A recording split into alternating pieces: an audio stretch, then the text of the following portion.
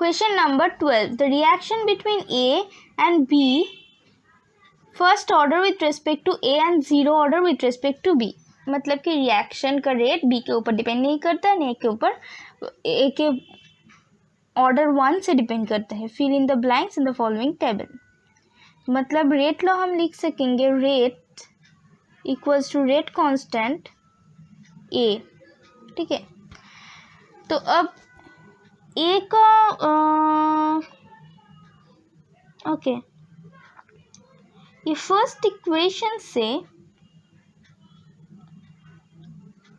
हम rate constant निकल सकते हैं. मतलब कि rate constant equal to rate है 2.0 into 10⁻⁻² mole litre inverse minute inverse divided by a 0.1 mole पर litre.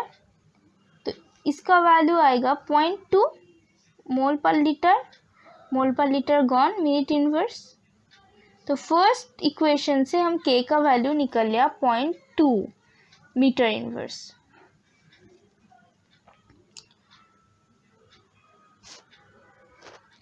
Rate equal to rate constant into a to the power 1 b to the power 0. मतलब कि ये हुआ k into rate constant a. तो rate constant हुआ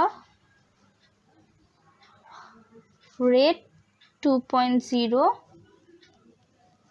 into 10⁻⁻² litre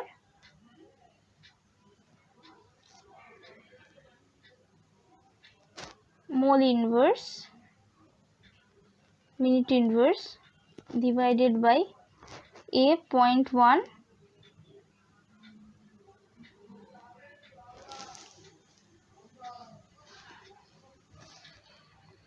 mole पर litre.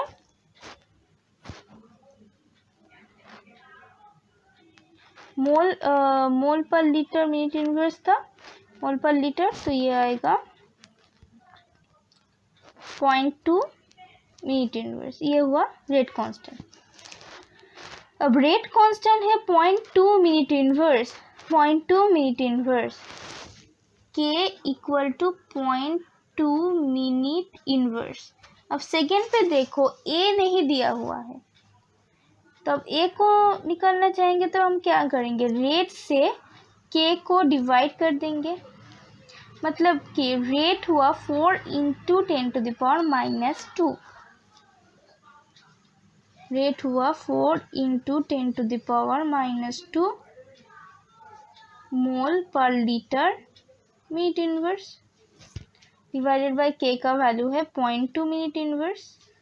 तो a का वैल्यू आएगा सेकेंड केस के लिए 0.2 मोल लीटर इनवर्स. a का वैल्यू आएगा 0.2 मोल पर लीटर.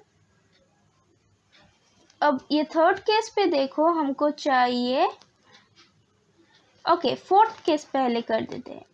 फोर्थ केस पे भी सिमिलर है, रेट दिया हुआ है, रेट कांस्टेंट हम निकल लिया. तो हम a कैसे निकलेंगे, 2.0 into 10⁻⁻² divided by 0.2 minute inverse. मतलब कि ये आएगा 0.1 मोल पर लीटर. अब थर्ड केस पे जाते हैं. थर्ड केस पे क्या है, रेट चाहिए. तो रेट क्या होगा, a इंटू के. मतलब a इक्वल टू 0.4 मोल पर लीटर.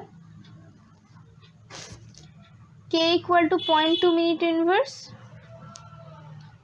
तो रेट इक्वल टू आएगा 0.08 मोल पर लीटर मिनट इनवर्स. तो ये आएगा 0.08. हो गया. Fill in the blanks.